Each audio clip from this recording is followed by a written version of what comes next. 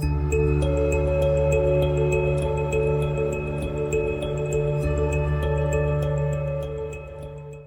right, let's get started. Welcome everyone, and thank you so much for joining us on our 45th webinar. And I'm so happy that we've come so far and delighted today to be joined by Aaron, who's one of my good friends.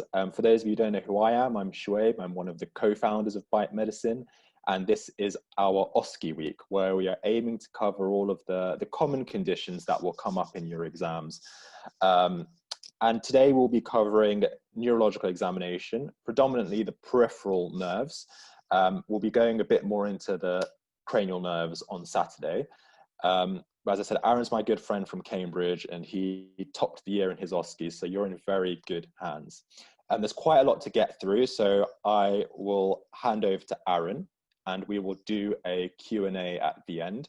But just before I forget, regarding our certificate scheme, if you stay till the end, fill out the feedback form, you're eligible for a certificate from Medigate, and that will be uploaded onto their online platform. So please do check your online Medigate portfolio to see if they've uploaded your certificate. Yeah, without further ado, Aaron, are you happy to take it away? I think you're just muted at the moment. Yeah, that's good. Thanks, Greg. Perfect. Okay. Brilliant. Hi guys. So yep, I was here on Tuesday, I think, with Shuaib, and today we're going to cover neurological examinations, which I think for me was always one of the trickier ones.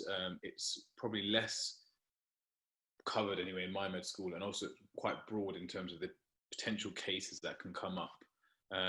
So let's get straight onto it. This is what we're going to do today. We're going to go over kind of the retrospective approach very briefly, which we've mentioned so many times before. We're going to go over 4 cases today. We're going to go over each case, the positive findings in that case, how to present those findings clearly, systematically, and then how to answer typical viva questions, as we've been doing for this week and as we'll carry on doing for the rest of this week. And it'll be about 60 minutes, and then we'll do a little Q&A at the end for any questions. So very quickly, for anyone who's new, really, this first couple of slides. So the retrospective approach is one of the ways that me and my friends at uni kind of prepared for our OSCEs, and it's a different approach to normal. Rather than learning an examination routine and then going to kind of find cases and listen to signs, you work around it the opposite way around. So you start kind of from the viva point of view, and you start by formulating an OSCE cases list, so common cases come up in that station. So for example, today I'll give you about 8 or 9 neurology cases that could come up in your peripheral nervous system.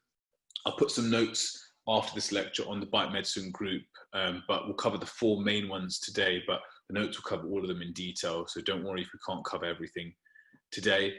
We then go and prepare our viva for these cases. So what kind of findings would we expect? How would we present these findings?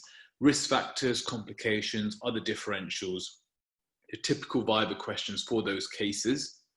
And then we go and finalize our examination routine. So it's very easy to know that you need to check for tone, you need to check for power, you need to check for coordination, etc., sensation. But the reason why we're putting our routine kind of as step 3 of this approach is when we make our routine, we know exactly what we're looking for and why that's relevant. For example, in our Parkinson's patient, which we'll come on to later, there's specific tests we might want to do in terms of that tone section of your examination. And you want to know, okay, so now I've picked up this sign, I'm already thinking in my head Parkinson's disease. If you take a more prospective approach, you find these findings, which is great, but then you're having to put them all together in that very short burst of time in a high pressure situation. So that's just one way of revising, and we hope you guys find that useful. But most of you have probably seen that before. We'll go straight on to our peripheral neurological examination. So can I just check that you guys can hear me? I'm not breaking up, right? One of the admin lot, can you just check that it's all okay? Because I'm getting a bit of interference. Yeah, Aaron, I can hear you absolutely fine. Perfect. Okay, brilliant. Cool, guys. So I've listed 8 cases here.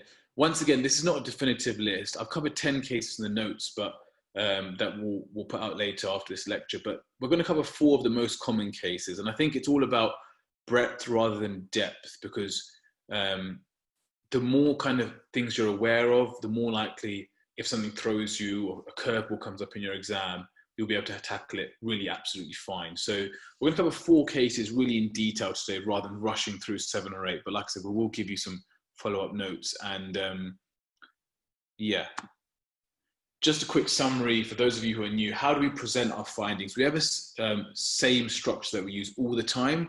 It's four methods, 4 steps that you've probably heard. It's very generic. We start with whatever examination we're doing. So for example, if it was cardiovascular, I performed a cardiovascular examination on this patient. And this is the key bit here. We try and commit to a diagnosis or accumulation of our findings. So if you have an idea, then try and commit to it. And by using the retrospective approach, it tries to build this habit into you where as you're going along, you're thinking, what could this be? Which of these patterns recognition does this fit into? If you have no idea, obviously you can't just guess. But if you do have an idea, I strongly recommend you go for it, because it means the rest of the presentation usually flows a lot better. You know, okay, that was a rough presentation for mitral regurg, that fits with these findings, so I'm going to list them out here. Then you put relevant negatives, and these are usually very, very generic. So for example, risk factors, decompensation, associated features. You see in the neurological examination, this is actually very, very easy to do relevant negatives because the examination is very structured already. And then finally, kind of a summary sentence. So overall, what do you think this is? So the main take-home point here is, if you think it's Parkinson's, if you think it's a peripheral neuropathy, if you think it's a proximal myopathy, we're going to give you those findings that suggest that. Try and come to that diagnosis during your examination and commit to it if you can right at the start of your presentation. It looks like you're so much slicker. Great. Okay, we're going into the first case now. For those of you who are new, or for those who are new, basically, we're going to be using the Zoom polls section. I know some of you won't have access to it. So any MCQs we do throughout the kind of talk, then please avoid putting any answers in the chat, and we'll go through them. But if you can access the poll section of this, then we will go through the poll questions there. So this is our first case. Let's have a look at the findings. Straight away, around the bed, we can see this walking frame. Okay, we can see the walking frame. And just looking at the patient from the end of the bed, we can see that, for example, in this case, the left arm is in a very awkward position. We're not exactly sure what this is, and we can see some facial changes as well. Then we go on to do our examination, and we can see this. So it's a completely normal examination on the right-hand side. And then there are some findings, especially in the top 3 section on the left. So there's increased tone. And when we check for ankle clonus, we've got 7 beats of ankle clonus. Power is reduced, so 5 out of 5 is full power. We've got about 3 out of 5. It's tough to say, but subjectively 3 out of 5 in all the movements in the left lower limbs. And the reflexes seem very brisk. There's signs of hyperreflexia. Okay, so if we go towards the poll now, so we've got this question over here. Which of the below is not a feature of an upper motor neuron lesion? Okay, so have a look there. Which of the below is not a feature of an upper motor neuron lesion? So we've got A, fasciculations, B, Hoffman's reflex, C, increased tone, D, weakness, and E, spasticity. I'll give you about 20 more seconds. Try to put down an answer.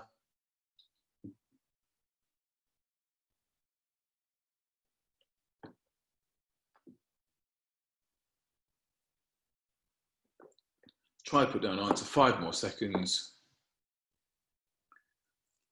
Okay, stop there. Okay, so we've got just over half of you going for fasciculations, and then there's a pretty even split between the others. A few more going for Hoffman's reflex and weakness. Okay, let's go through this question now. So the correct answer is fasciculation. So well done if you got that. More importantly, let's look at the explanation. So which of the below is not a feature of an upper motor neuron lesion? So we'll talk about upper and lower motor neuron lesions. It's like the bane of medical school, because I never really understood that till very late on. But pretty much fasciculations are a sign of a lower motor neuron lesion. So we'll go over this in detail, but basically with a lower motor neuron lesion, it's the distal part of kind of the signal.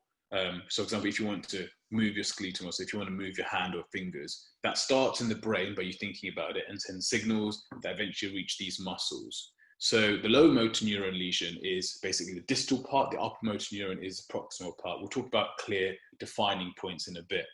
Fasciculations is a sign that it's a lower motor neuron lesion. So for example, the nerve right going to the muscle has been affected. And because that's not working very well, we get these kind of spontaneous, random kind of action potentials. That's what fasciculations are. If you kind of see a patient lying there, just look at their hand, you might see a very mild kind of low grade contractions kind of moving around. They look a bit weird, but fasciculations, which, sorry, we spelled wrong there, is a lower motor neuron sign. We'll go through those. Hoffman's reflex is a sign of an upper motor neuron lesion. And that's where it's a special sign where you flick the middle finger and you'll see the thumb and usually the index finger as well flex a little bit. As you flick that down, you see that kind of movement. It's a very specific niche sign that can suggest an upper motor neuron lesion. So that is a feature. Increased tone, you'll see, is a feature of an upper motor neuron lesion. Spasticity, we'll come to this one, is basically a consequence of increased tone. So when you get increased tone, the muscles are really tight, and over time they can kind of shrink and contract and become very tight and spastic. That's what spasticity is. And weakness is actually a sign of both upper and lower motor neuron lesions. So it's seen in both. It's very kind of non-specific to define between the two, which is why power here being reduced isn't really a defining upper or lower motor neuron lesion. So all these four can be seen in upper motor neuron lesions. Fasciculations, though, is much, much more likely to be seen in a lower motor neuron lesion. So if you see fasciculations, you're already thinking lower motor neuron. Okay, great. So let's just do a little bit of theory before we go on to this case again. So I think it's important just to understand the motor pathways before kind of understanding kind of why kind of certain things are happening. So you want to move your right thumb. You want to move your right thumb just like this. What actually is a sequence of events that causes me thinking about it to actually happening? And we'll try and break it down. It basically starts in the brain and ends up in these muscles that control this movement. So I'll try and orientate you here. We start here. So first of all, to move my right thumb, everything starts on the left side of the brain. For example, to remove my right leg, it starts on the left side of the brain, and you'll see why. So it starts in the primary motor cortex. So we have one on the left, one on the right. In this case, it's the opposite side it starts on. So here we have the primary motor cortex, also called the precentral gyrus. And each of these parts responds to a different area. For example, we've got the thumb here, we've got the leg here, we've got the middle finger here, for example. They kind of represent different parts. So your upper motor neuron starts over here. It moves downwards down the brain, and then here it moves down the brain stem. So you can see here, it's going through the midbrain, then it goes to the medulla. And here, at the medulla, these kind of fibers have a switch. So 90%, almost all of them, cross the midline. And that's why the right thumb is controlled by the left side of the brain, et cetera, because 90% of the fibers cross here and they enter this tract, and that's called the lateral corticospinal tract. Lateral because it's on the side of, lateral means side of the spinal cord cross section, which you can see here. So this is all still kind of up here, and it crosses at kind of the base of the medulla, and then it goes all the way down the spine, 10% of the fibers don't cross. They go into this very small pathway called the anterior cortical spinal tract. I wouldn't worry about it at the moment. Okay, I wouldn't worry about that at all, really. Just think the fibers cross lateral cortical spinal tract at the medulla. So we've just left the medulla and all these fibers have crossed. What happens next? We're at the top of the spinal cord. They're still upper motor neurons. They continue all the way down the spine, and they basically branch off at different levels. For example, for the right thumb, it would probably branch off about the C5 level of the spine. For the leg, it would branch down much lower. So at that correct spinal level, what these upper motor neuron lesions do, if we focus on this part of the diagram, is they then synapse with the lower motor neuron at the anterior horn. So for example, here, we've got white matter here, we've got the central gray matter. So the upper motor neuron branches up at this particular level, because that's the right thumb level, and then synapses here with the lower motor neuron, okay? So that synapse is your distinction between an upper and a lower motor neuron. And the lower motor neuron basically leaves that synapse and goes to these muscles, and then you move your thumb. So that's the pathway. So everything from the brain, through the brain stem, all the way down the spinal cord to that particular level where the right thumb nerves leave, that go to supply the muscle, is an upper motor neuron. Then you've got the synapse. This is just called the anterior horn, by the way, at that level. And then the synapses and everything distal to that, is called the lower motor neuron, okay? So you can just see that upper motor neuron lesions can be here, they can be here, they can be here, etc., etc. So, as I just said, what counts as an upper motor neuron? Technically, the brain does, the brain stem over here, and also any injury to that white matter, so this outside bit of the spinal cord, up to the level of that synapse. So, for example, if you're thinking about the thumb, all that C1, C2, C3 white matter areas where the lateral cortical spinal tract is, if that gets damaged, that's still an upper motor neuron lesion. Then synapses and everything distal to that synapse is a lower motor neuron lesion. So, for example, injury to the grey matter, you can see this kind of greyness in the middle at the level of the synapse. Anything there would be a lower motor neuron lesion, and any injury from these axons that eventually end up at the muscles would also be a lower motor neuron lesion. So we've got a clear definition of what an upper and what a lower motor neuron lesion is. So that's our lower motor neuron, basically anything past, anything in that kind of circled diagram. Okay, so now we understand kind of the anatomy behind it. How do these present? An upper motor neuron lesion versus a lower motor neuron lesion. So we've talked about sight. Upper motor neuron lesion, an upper motor neuron lesion is anything proximal to that synapse at the anterior horn at the specific level of that particular muscle. And a lower motor neuron lesion, we said, is distal to that synapse. So we start with tone. Everything's increased. Think about that. Apart from power, tone and reflexes are all increased in upper motor neuron lesion. Think of the up arrow. So their increased tone means they're very spastic, they're very rigid patients. So for example, if you've seen patients before, their arms and legs are very stiff because that tone is very, very increased. Differences in a lower motor neuron lesion, things are very flaccid, so they're very kind of loose, the tone is very reduced. That can be very difficult to kind of pick up between normal tone and flaccid tone, unless it's very obvious. Power is actually reduced in both. Remember, power is not a very good differentiator between an upper and a lower motor neuron lesion. So power is reduced. For example, the flexors are strong in the upper limb, the extensors are strong in the lower limb. So in these patients, you'll see, or you'll hear more likely, their upper limb was in a fixed flexed position, the lower limb was in a fixed extended position, and that's because of that. You don't need to know anything more than that. Then reflexes. So remember, everything in upper motor neuron is increased. So you've got hyperreflexia versus hyporeflexia. So these are very brisk reflexes, and basically it's because of this what I put up here. So in an upper motor neuron lesion, all the things up to the synapse are not working. So the lower motor neuron works fine, but it's not regulated by the upper motor neuron. So you've got this uncontrolled response, which means when you do that patella tap, the reflex is very, very brisk. It's not controlled. Whereas in the lower motor neuron lesion, the actual nerve that controls that reflex is not working. So it's very diminished reflex.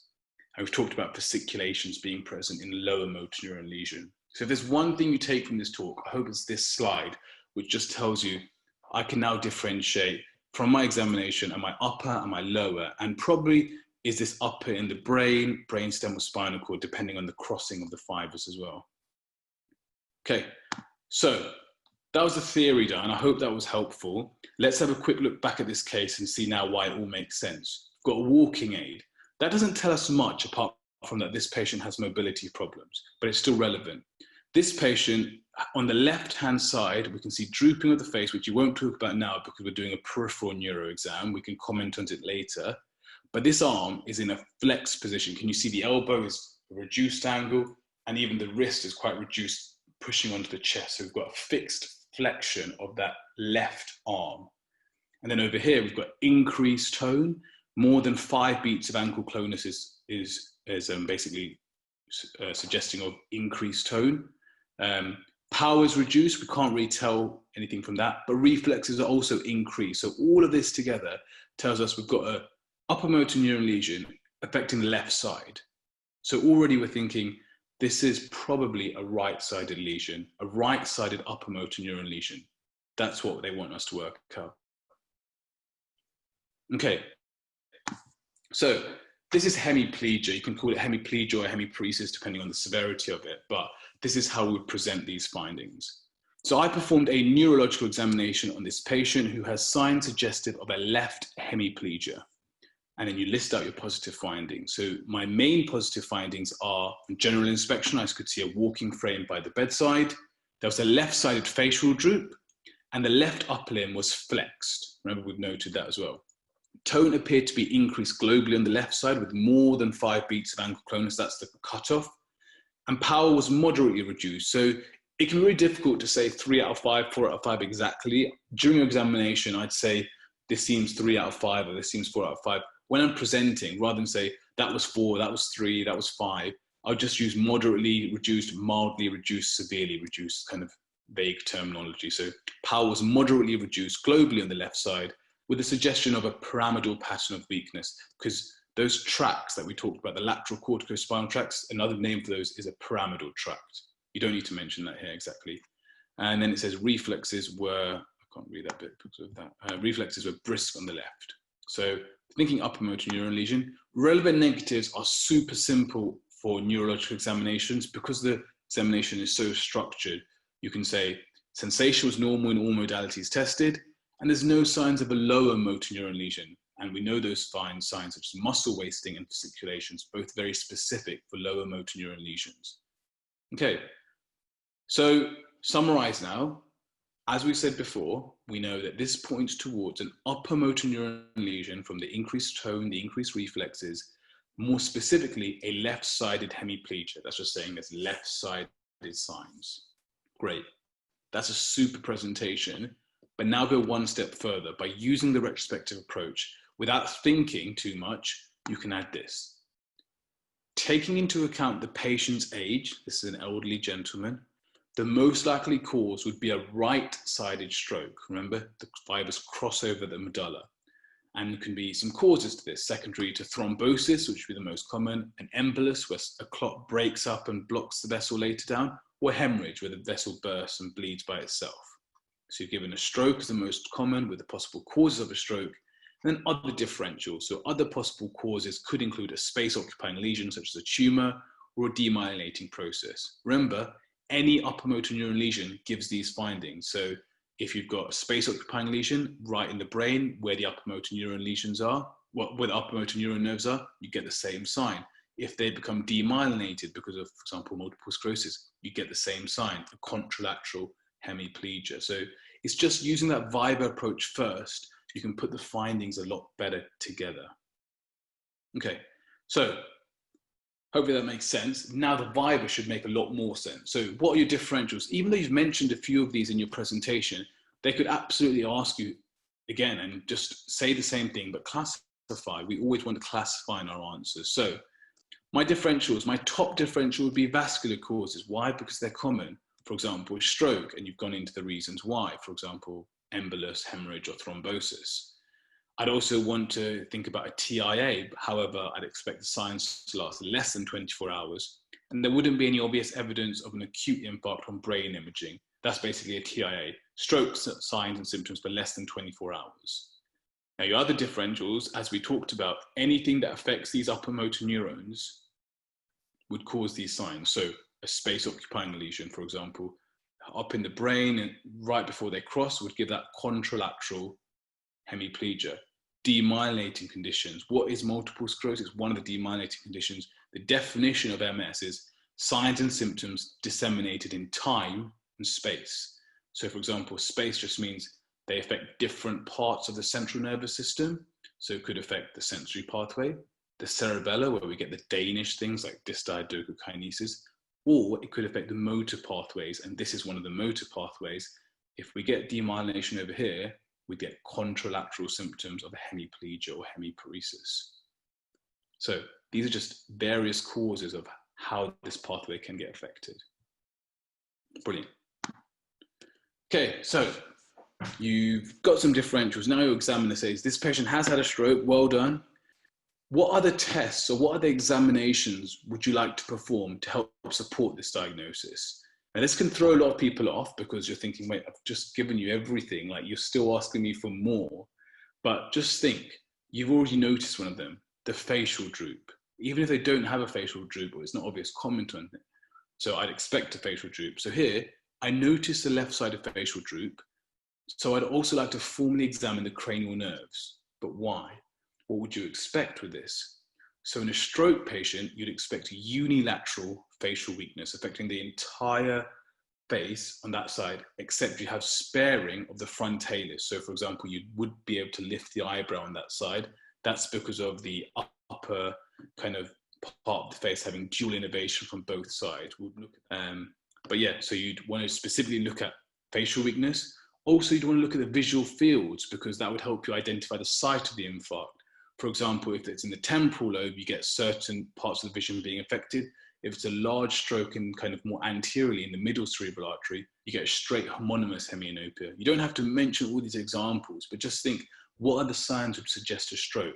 Facial droop, visual field changes. You could stop there, but go further. We know that stroke is due to hemorrhage, due to embolus, due to thrombosis. What are the signs that that could be a risk? What are the risk factors? We've talked about risk factors throughout the whole week. I'd also like to assess for cardiovascular risk factors. Bring in your other examinations, because I know that an embolic stroke is where you've got a clot somewhere, a small piece breaks off, lodges in a vessel in the brain and causes a stroke. For example, I like to check the radial pulse. Is this patient in atrial fibrillation? I know an irregular pulse gives more chance of a clot breaking off. I like to auscultate for carotid bruits because if there's really poor blood flow through a carotid vessel that's really kind of clogged up, a part of that blockage could break off and go into my brain. I like to listen for heart murmurs because if I've got a valve with very calcified valve, small pieces can break off, cause an embolic stroke. Just really kind of holistically, by using that viva approach first, you know that's what they're trying to get at me. That's what they're trying to get at me. Okay, they want me to see if I know any cardiovascular risk factors, if I can tie in my neurological examination with my cranial nerves. Okay, what are the different types of stroke you're aware of? So we always go on about classifying here by medicine. It's really important. So you can actually classify in two ways and mention both of them. So strokes can be classified by their pathophysiology. So ischemic is much more common, where there's blockage causing poor blood flow to that part of the brain. The upper motor neurons die, or hemorrhagic, where the blood vessel bleeds, much less common. It can also be classified by the Bamford classification, and that's based on the location. If you haven't heard of these words, that's absolutely fine. That's what we're here to teach you.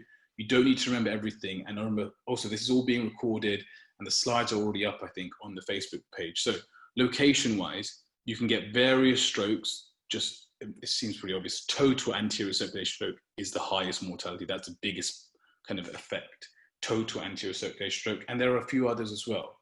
So try and classify. You don't need to mention this. Literally just by mentioning pathophysiology and location and Bamford classification, you've already got all the marks. Okay, so that's the first case done. I know I spent a bit of time on that, but I just wanted to make sure that you guys understood that. Can I just check in the chat very quickly, how is the pace? Are people thinking it's too slow, too fast, or are you okay with it? Okay, most of you are okay. Brilliant, okay. Just nice, okay, that's all right. Okay, can we go a little bit faster? Okay, brilliant. Okay, so go on to the next case. So let's have a look at the findings. Normal tone both sides. Power is slightly reduced, I'd say mild reduction in power on the distal movements of the foot. So talking really at the end of the foot. Both sides. Reflexes are normal, coordination is normal on both sides. And sensation, we've got sensation loss in these areas shaded in green, okay? We've got sensation loss in these areas shaded in green, okay? So we're gonna have a look at a question now, and I'll bring it up on the poll as well. So which of the following,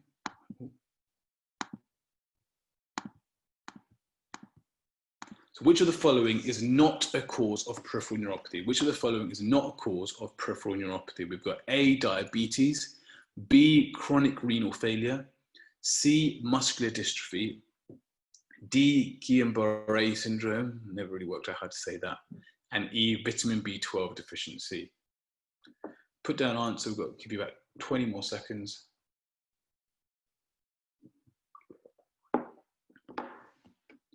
Which of the following is not a cause of peripheral neuropathy?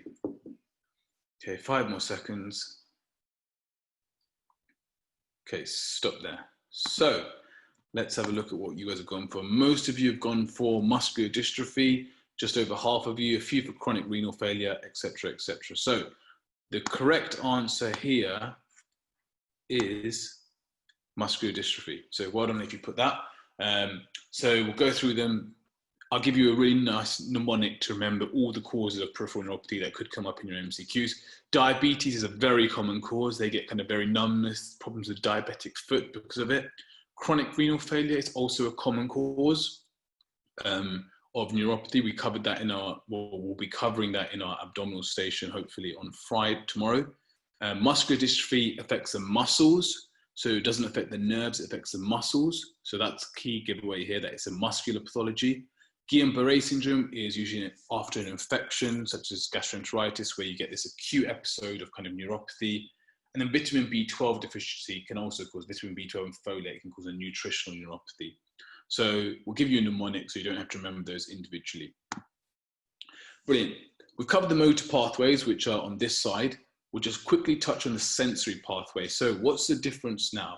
Rather than going from my brain to my thumb to move, if I now touch my thumb on something warm, how does that heat go from my thumb to my brain to make sure I take my thumb away?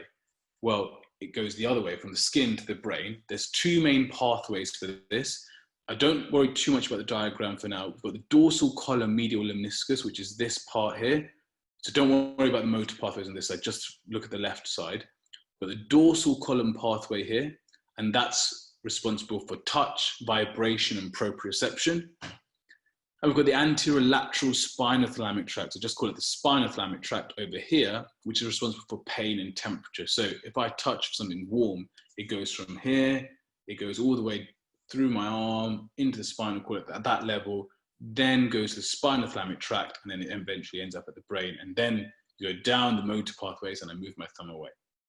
So just be aware that we've got these two pathways that control different modalities that we test for in our peripheral neurological examination. Dorsal column at the back for touch, vibration, proprioception, spinothalamic for pain and temperature. Okay, so quickly have a look at these findings again. We've got this distal distribution of sensory loss and also some distal loss in our power on both sides.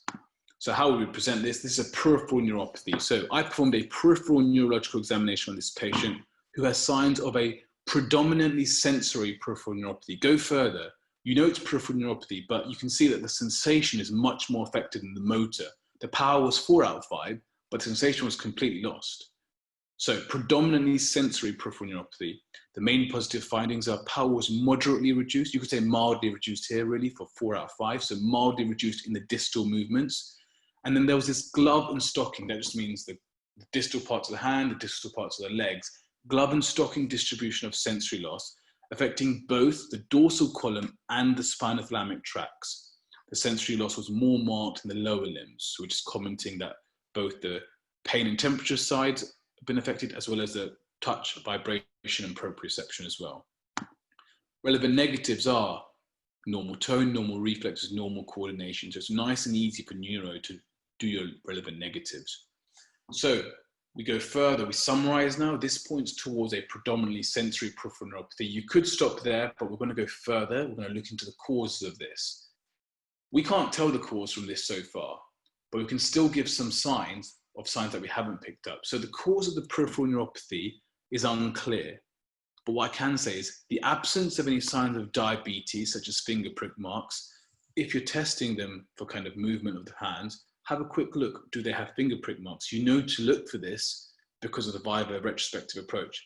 Any signs of chronic alcoholism, such as jaundice, distended abdomen, any signs of a Charcot-Marie tooth. This is a really common case that comes up in some medical school finals, especially in Cambridge. If there are any Cambridge students here, we always got this in our finals, which would be a young patient with certain features we'll talk about later. Make these differentials less likely. You can't say for sure this patient is not diabetic, but it just shows that I've not only picked up that this is predominantly sensory, I've also picked up that there are no obvious clues that this patient has a cause. Just for example, say that you did see finger prick marks. That would be incredible for you to go, I'm in a neuro station, but I've had a quick sneaky look at the fingertips while I was checking for their power, and I've told you that I can see some finger prick marks, so I think this is diabetic peripheral neuropathy, your examiner would be blown away because no one would have mentioned that, okay? I think the patient would be like, whoa, so try and do that. Okay, so now this is on mnemonic. What are the possible causes of the peripheral neuropathy? You could get asked A, B, C, D, E, really, really straightforward. These are the most common. Alcohol and diabetes are the most common. Then you've got vitamin B12 deficiency, C for chronic renal failure and cancer. By cancer, we mean paraneoplastic. So when kind of chemicals are released by the tumor cells that cause certain problems. Drug-induced causes, such as isoniazid, which is your TB treatment. And then vasculitis, for example, your SLE, and then everything else, such as your paraneoplastic, which you've mentioned. So A, B, C, D, E. The two most common are alcohol and diabetes, which is why I always say, have a quick look for those finger prick marks, because if they're there, great. If they're not there, you can comment on the absence of those signs. Causes of predominantly motor neuropathy. So remember, this is predominantly sensory. If you find that you've got a motor neuropathy, what are these likely causes? Charcot-Marie-Tooth. So this is a hereditary sensory and motor neuropathy, with the motor signs being more predominant. So you'd get more weakness, like a 2 or 3 out of 5 in the legs distally, than the sensation being lost. There might be a little bit of both, but more motor. You also get this sign of pes cavus over here, and this is where you get a very high arch on the sole of the foot. The other sign you get is this inverted champagne appearance of the legs, which I've talked about here, where you get very kind of thin lower limbs. If you Google it, you'll be able to see it. We couldn't get a picture here for copyright issues, but they're very, very thin. The classic name is inverted champagne bottle appearance. Another motor neuropathy, Guillain-Barré syndrome, so that's the post-infection cause, or CIDP, which is a more chronic cause. Before we move on, just a quick kind of question for the chat. It's not in the poll, but can anyone here tell me the gene that is affected in Charcot-Marie-Tooth? There's a mutation. Does anyone remember the name of the gene? Just to kind of throw it out there. Oh, super. Okay, someone's got an S, whoever S is, Mr. S. So PMP22, it comes up in your MCQ final sometimes. I just crammed it right before the exam. PMP22 gene is a mutation commonly seen in Charcot-Marie-Tooth, and it's on chromosome 17, according to Dr. Shuaib, who is the master of MCQs. So chromosome 17, but PMP22, if you mention it. Why am I throwing that in there? Not just to kind of impress someone in the chat, but also because you can throw it in your investigations. So peripheral neuropathy, how would you investigate? We always classify any investigate question, bedside, bloods, imaging, and special tests. So the main reason here is you've already clarified that this patient has a peripheral neuropathy because our examination is really good. It's quite easy to see that.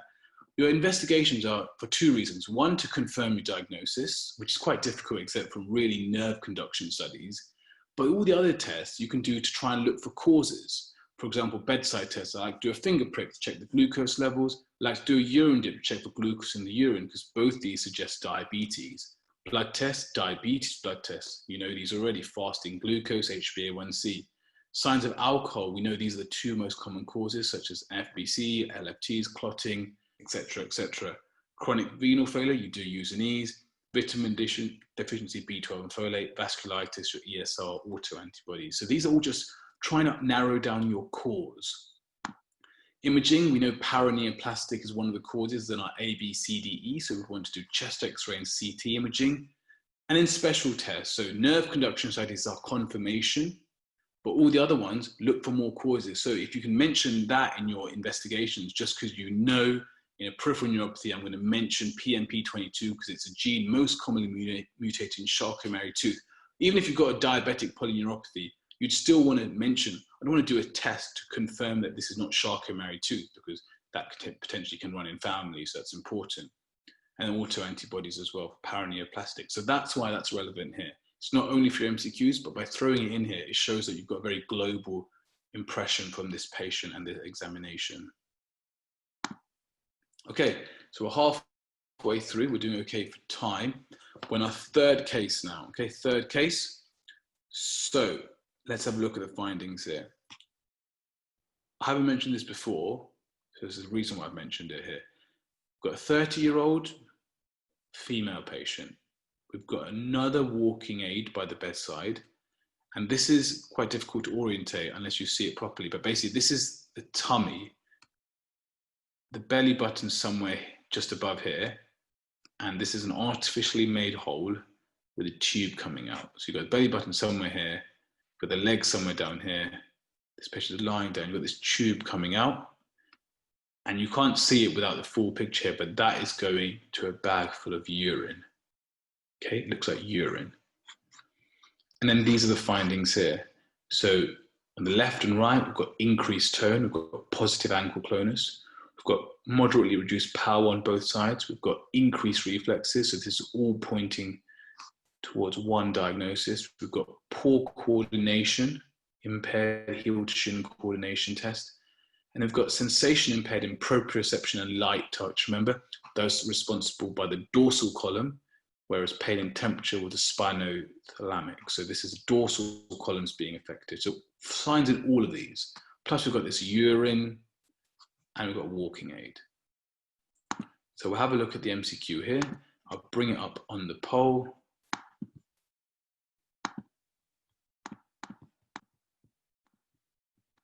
Which of the following is not a sign seen in multiple sclerosis? So remember, I'm telling you now, this is multiple sclerosis, or very likely. Which of the following is not a sign seen in multiple sclerosis? We've got A, Lermite sign, B, internuclear ophthalmoplegia, C, dysdiadochokinesis, D, fasciculations, and E, retrobulbar optic neuritis. Try not to put any answers in the chat. Put down an answer, I'll give you 5 more seconds. If you don't know some of them, if you've not heard of them, that's fine. Try and eliminate things that you think are a sign of multiple sclerosis. 3 seconds left. Stop there. So we've got just over half of you, about half of you going for fasciculations, and then a pretty even split with very few of you going for retrobulbar optic neuritis. So all the ophthalmologists out there, you're correct. Retrobulbar optic neuritis is not the correct answer. It is a sign of multiple sclerosis. So let's have a look at these options. So well done if you did get fasciculations. Let's go through it. Lermite sign. So that is a sign seen in multiple sclerosis. There's two kind of those eponymous things in multiple sclerosis. Lermite sign and Uthoff's phenomenon. Uthoff's to do with heat. Lermite sign is basically, just to summarize, multiple sclerosis is basically where you get those white matter plaques, and they can be anywhere in your central nervous system, brain, spinal cord, nerves, etc. like that. So Lermite sign is when you've got these plaques in your cervical spinal cord. If you've got the plaques there, what you do is what the sign presents as is when you flex your cervical neck, you get these kind of electrical shock sensations down your spine. That's because of the plaques being in the cervical spine. So that is a sign of multiple sclerosis. Internuclear ophthalmoplegia is where you get variations in abduction and adduction between the eyes, so they can't look at the same place. We'll talk about that later, but that's due to the MLF, medial longitudinal fasciculus, having kind of these white matter plaques and demyelinating because of that. Dysdiadochokinesis is a cerebellar sign. It's the D for Danish. So if our cerebellum is affected by plaques, which can happen, that's a sign of multiple sclerosis. Fasciculations, remember we talked about this at the start. Fasciculations is a sign of a lower motor neuron lesion. So for example, the muscle and the nerve, the direct nerves of the muscle being affected. We've told that MS is a condition that affects the central nervous system, so the brain, the spinal cord. So you're not going to see fasciculations in multiple sclerosis. And then retrobulbar optic neuritis is when the optic nerve is affected. Retrobulbar means the back, so towards the back of the optic nerve is commonly affected. So you don't necessarily see it straight on. But yeah, optic neuritis is just a form of optic neuritis. So yeah, well done if you've got fasciculations. Hopefully that explains why these are seen in multiple sclerosis. Okay, let's present our findings, have a quick look. So we've got walking frame, these are our findings, increased tone, increased reflexes, poor coordination, and we've got this, which I tell you now, is actually a catheter. That's a catheter there.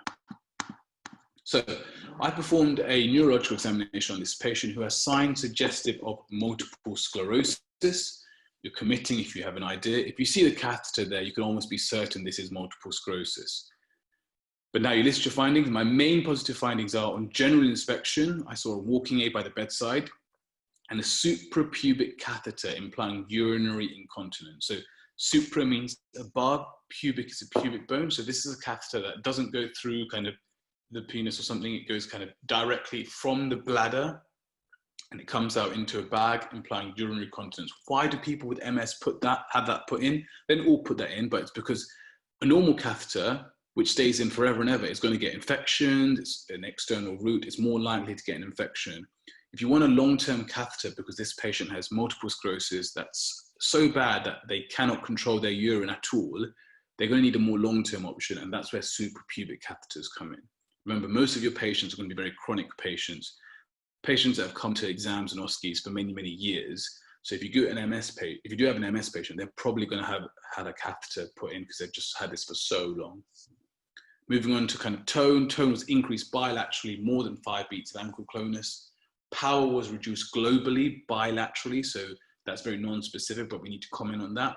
Coordination was impaired, as shown by impaired heel to shin coordination. And remember, that can be because of the weakness. We can't say that for sure. It could also be because of cerebellar damage. In this case, it's actually the cerebellum most likely. But sometimes you get patients with weakness that can't do heel to shin just because they're not strong enough to lift their kind of foot up. So comment on that. And then sensation showed dorsal column pathology. So go further. Don't just say it's impaired fine touch and proprioception. If their sharp touch is fine, they'll kind of classify that as dorsal column disease with impaired fine touch and impaired proprioception. You'll see later on that multiple sclerosis has a tendency to more commonly affect the dorsal columns than the spinothalamic tracts. That's why this is a more common sign. Relevant negatives, normal pain sensation. That's really the only normal thing here, because remember, that's controlled by the spinothalamic with temperature as well. So that's less likely to be affected in MS, just where the plaques usually originate and kind of deposit. This points towards a central nervous system demyelinating condition. Why? Because you've got lots of different parts being affected. You've got the autonomic nervous system with the urine incontinence. You've got the optic nerve with eye problems. You've got the motor system being affected. Lots of areas. So it's a central nervous system demyelinating. Go further. Remember I mentioned the patient's age and gender. Multiple sclerosis most commonly presents in their females around the age of 25. So taking into account this patient's age and the gender of this patient, the most likely diagnosis here would be multiple sclerosis. However, there are other possible causes, and you're mentioning those here, such as neuromyelitis optica, transverse myelitis, and vitamin B12 deficiency with subacute combined degeneration of the cord. That is something that you just need to learn. We'll go over why those are differentials, but if you see MS, you can just mention these and straight away your examiner is going to think, wow, you really know your stuff. Okay, these are possible differentials that have similar findings. Okay, they may go on to say, what are your differentials? You can just back this up. Now, don't just mention the same ones, mention them with a bit more detail. So my top differential here would be multiple sclerosis, as my findings are classic and characterized by there likely being multiple lesions in the central nervous system. And according to McDonald's criteria, which is the technical thing for multiple sclerosis, you need to have multiple lesions disseminated in time and space. So disseminated in time means more than one flare-up, and in space, different parts of the central nervous system, not just the optic nerve. You need optic nerve plus maybe the motor symptoms. My other differentials would be transverse myelitis. What that means is an acute inflammation of the spinal cord. It normally happens after a viral infection. Hard to explain why, but it's very acute. So it usually resolves, and it has similar kind of findings. So motor problems, autonomic problems, sensory problems, because that spinal cord carries all the nerves. Then neuromyelitis optica. So that's called de Vick's disease. And once again, it's an acute presentation. And that's because your body's making an autoimmune response. So your body's basically attacking your own body. And it presents with two clear findings: optic neuritis, so nerve problems with the eye, and your transverse myelitis symptoms. Okay, and once again, that's acute. And the blood test for that is antibodies to antibodies to aquaporin 4. That's the kind of autoantibodies that are made. And then finally, subacute combined degeneration of the cord. So that's a very technical term, SACD. And that's due to vitamin B12 deficiency. So you'd get neurological signs, but the other thing you'd get to kind of back that up to make that more likely is get glossitis, so you get a very swollen tongue. So for example, say you do your examination and you find this and you go multiple sclerosis, you might be wrong. It's very likely your examiner tries to help you out and say, just have a look at the tongue. And if you see a swollen tongue, you say, okay, so this is more likely to be vitamin B12 deficiency related. So just having a few ideas of other associated signs comes in very useful at this point. Okay, so now, what are the signs associated with multiple sclerosis? There's so many signs. You could all probably name about 5 different signs each if you put everything together, but you want to be classifying. So try and start with what is multiple sclerosis. It's an inflammatory condition of the central nervous system characterized by multiple lesions disseminated in time and space as defined in McDonald's criteria. Just get that line memorized. And then kind of classify into which areas are affected. So if your sensory area is affected, you lose your proprioception and fine touch. Remember, we said the dorsal columns are more likely to get affected. We've also got Lermite's sign, which we talked about, where the kind of cervical spinal cord gets these plaques, and we've talked about this particular finding. Motor findings, if the motor kind of parts are affected, where you get weakness. The cerebellum has these plaques and demyelination loss, you get your Danish signs, diastereokinesis, ataxia, nystagmus, intention, tremor, scanning speech, and hypotonia, I think. Autonomic signs, you get urinary incontinence, fecal incontinence, and then eye signs, because I'm an ophthalmologist, I have to put this in. So you get your optic neuritis, where your optic nerve is affected. That can be classified as optic neuritis or retrobulbar optic neuritis. You also get something called internuclear ophthalmoplegia. I'm not going to cover this in detail because it's something you just need to know. You're not going to get assessed too much on it. But the lesion is in the MLF, your medial longitudinal fasciculus. Just to kind of summarize this, basically, it's this bit here that I want you to focus on. If you've got a right-sided internuclear ophthalmoplegia, your right eye cannot adduct. So I always remember as O looks a bit like a capital D, O and O kind of thing. So we have someone unique with the big O. But anyway, so the right eye is not adducting. This patient is trying to look to the left. This eye is just staying in the middle. It's not adducting.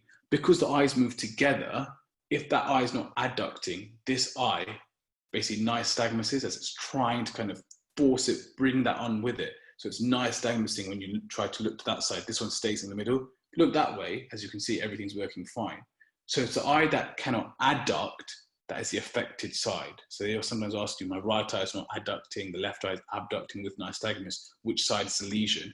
It's that one that doesn't adduct, that's your side. So your right INO, which means your right medial longitudinal fasciculus is affected. But you don't need to mention all of these, just a few. I think if you mention 2 or 3, you'll be flying.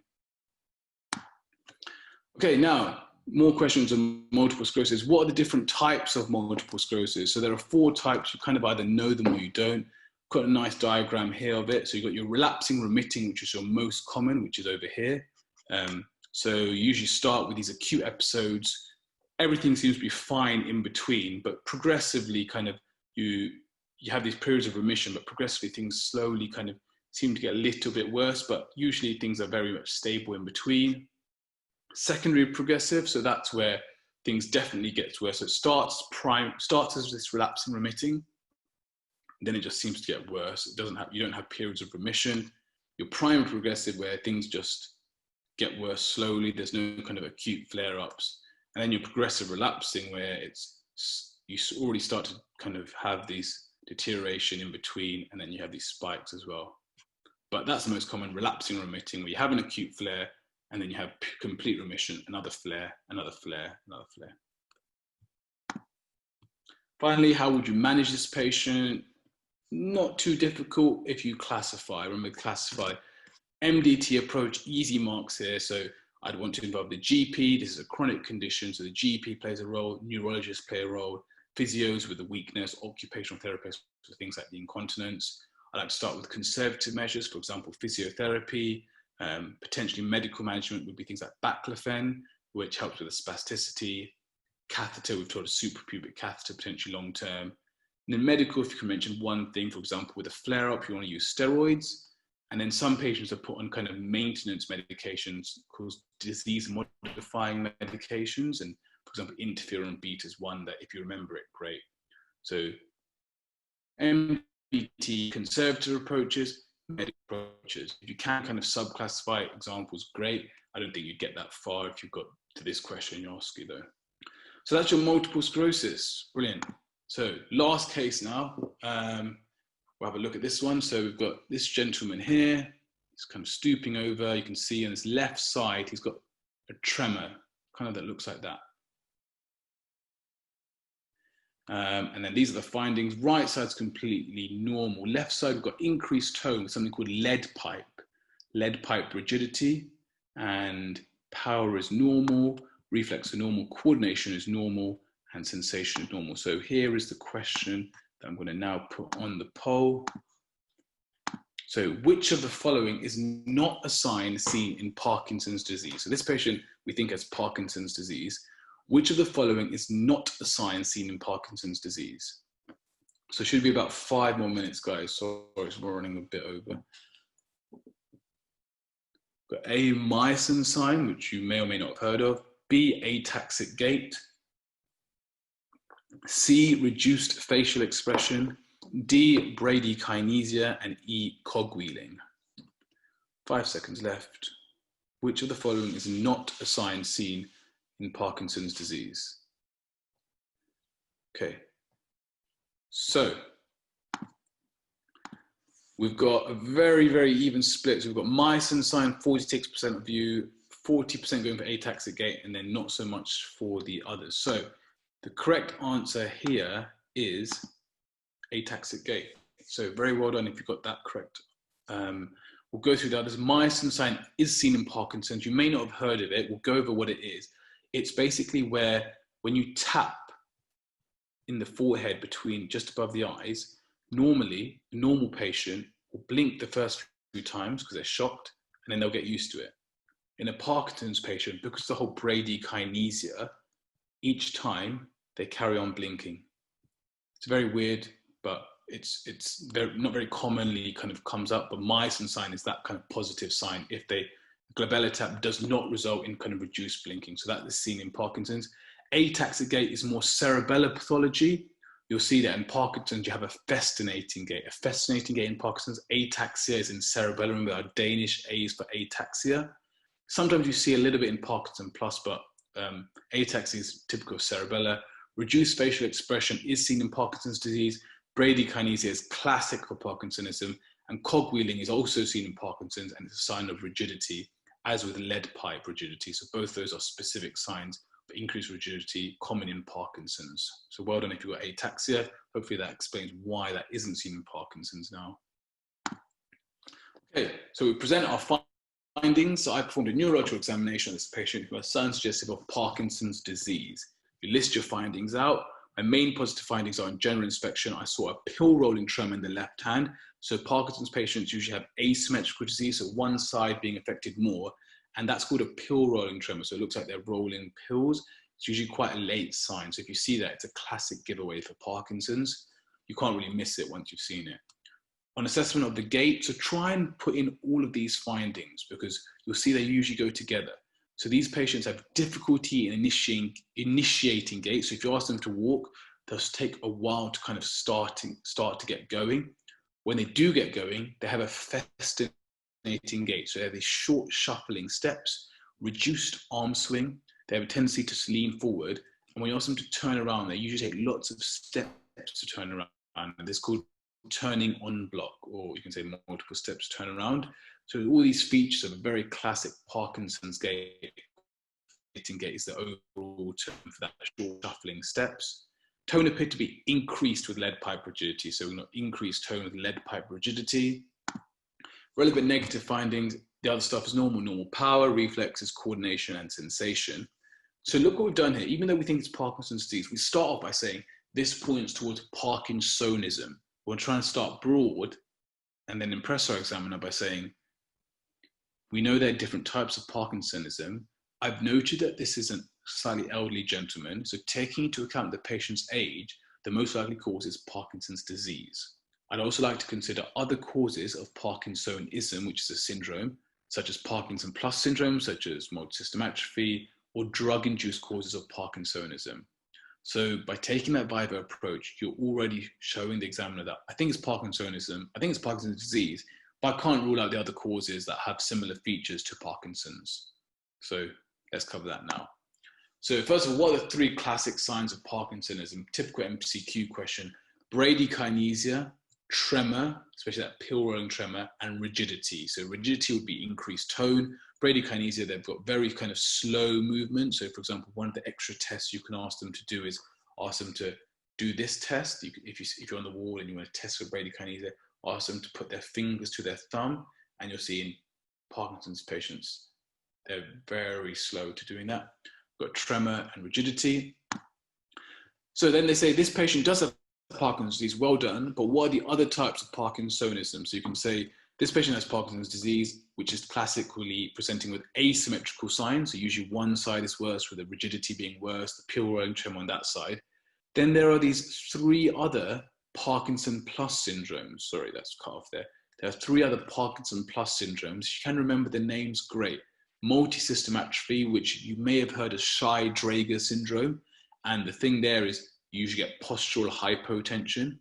Progressive supranuclear palsy, so PSP, where you get gaze palsies, and corticobasal degeneration, where you get apraxia. So you don't have to remember all these features, but I'm just showing you some examples. If, for example, your examiner said this patient also has postural hypotension or blood pressure problems, what would you think? You'd go with that one.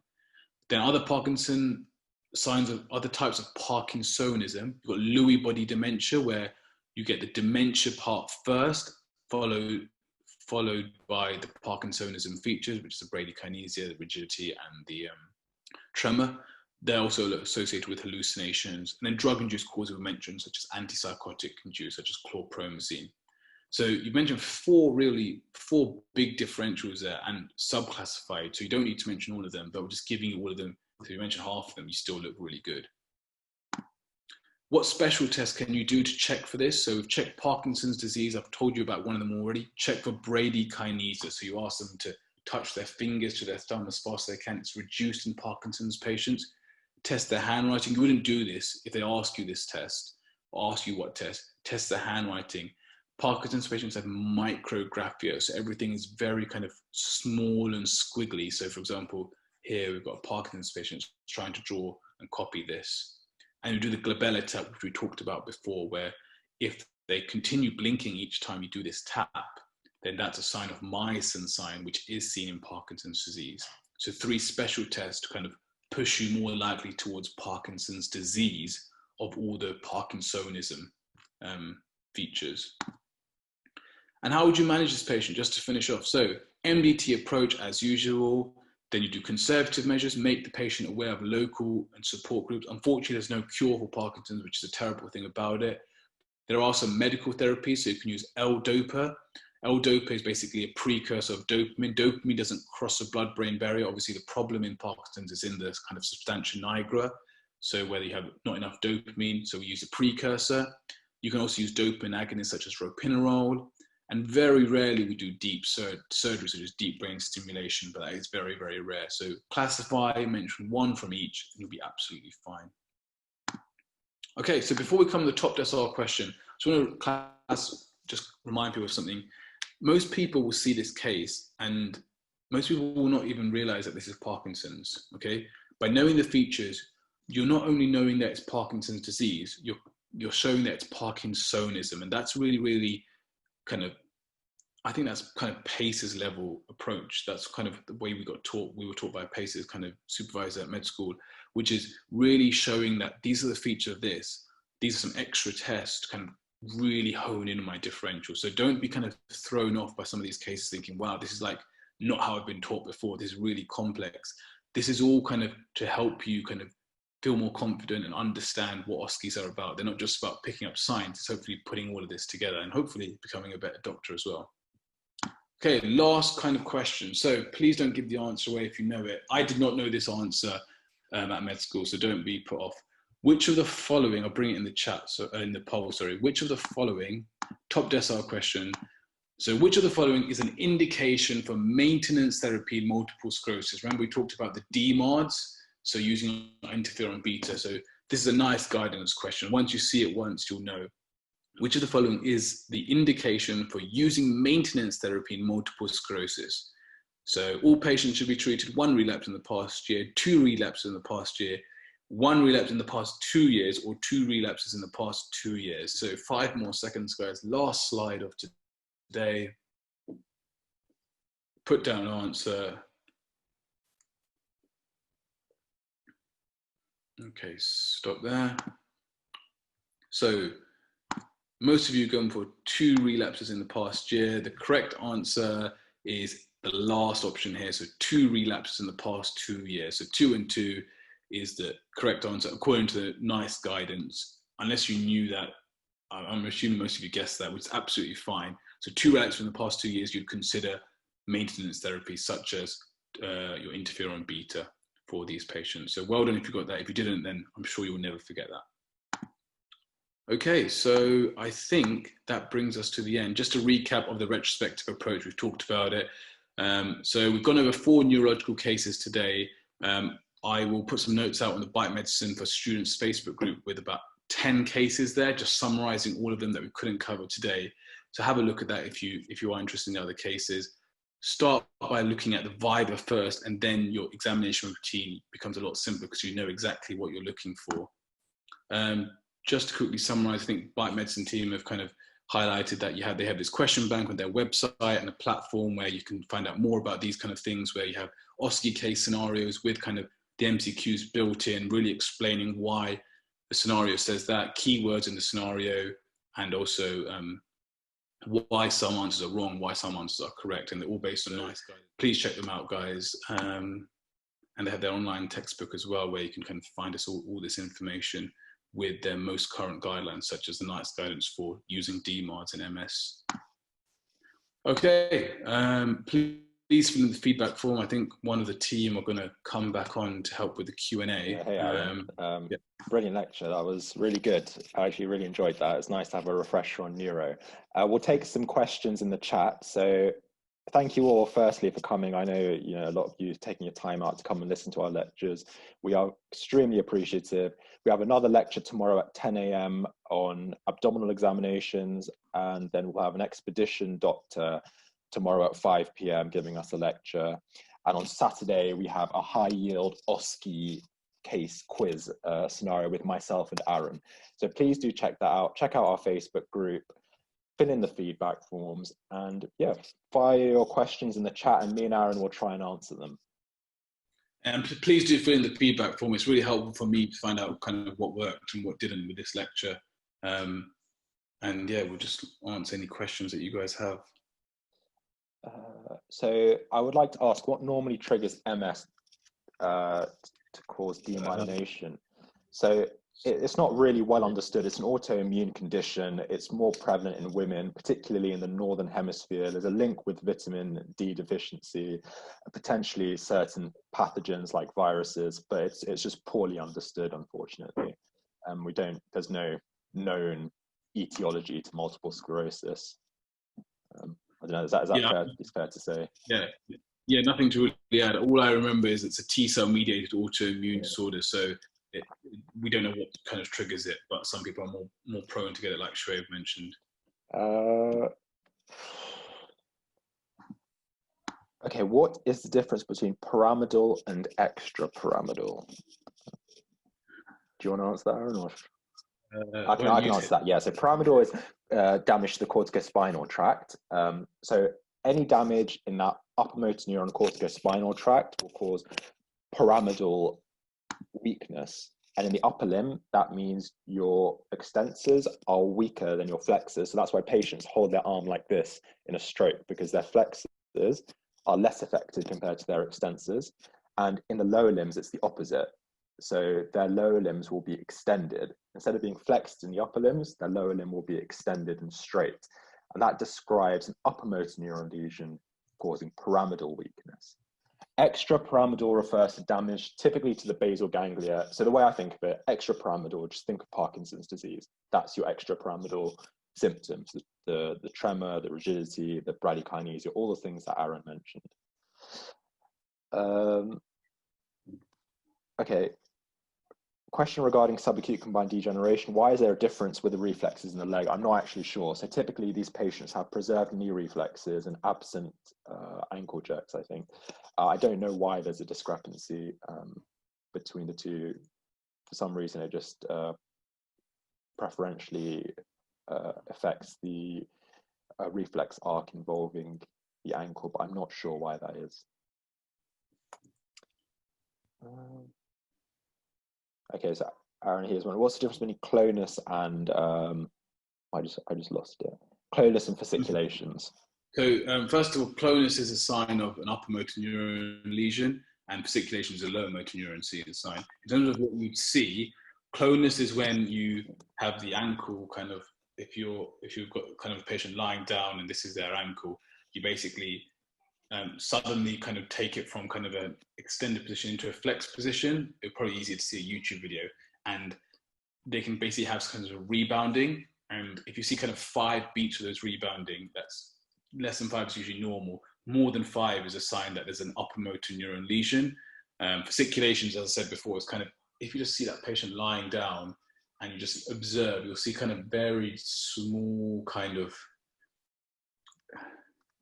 I don't know, this is a really bad, it's just like, it's like bag of worms, sort of, like it looks like worms are moving. The Voldemort kind of thing when you transform. That makes sense. Like it's very mild, very quiet action potentials, and just like small twitches. Yeah, and that's the main difference. Is one is an upper motor neuron, one is a lower motor neuron. So if you see fasciculation, you think lower; clonus, you think upper. So someone's asked a good question here. I think this is a good one for you, Aaron. So a bit of a general question, but how long would you spend preparing for your OSCEs? I know you mentioned splitting the viva list, but how long would you actually go through it and practice? And just before you answer, I'll say that Aaron has a good a few videos on his YouTube channel, which is on the slide there, and he goes through that in quite a bit of detail. But if you just wanted to answer, sort of general preparation tips. Yeah. I would say that a lot of it comes down to pre-prep work, so like going over cases. And in terms of like how long to spend, I think if you can do that, whether it's now, if your OSCEs are a year away, you can still start preparing that now. There's no harm in doing that now. I think OSCEs come down to kind of perfecting your routine, kind of being very, very slick at it. You can know all the theory, but unless you interact with friends and patients and practice it, you will not perform well on the day. So you really need a good month and a half of going in, practicing your examinations very fluently. And then if you have the time and you have kind of the people around you in med school, then practice presenting. It's something that I definitely didn't do enough of. And I think I wish I did, because I wish I did more of it, because even if it's just putting some findings together that your friend puts together, then it forces you to think on the spot. So yeah, I'd say a month and a half of really going into the wards and fine-tuning your kind of skills. Is that what you'd say? Like yeah, I think you've touched on this before, but as Aaron has, he's made a list of all the common things. Just make your own list, go into hospital and find those cases and focus on that. I wouldn't, and only look for the signs. Don't go and do the whole examination routine on every patient. Just find the signs, look at them, quickly examine the patient, and then move on to the next one. And I'll say that's the quickest way you could go about doing things. But something like, a couple of weeks, a month and a half sounds reasonable.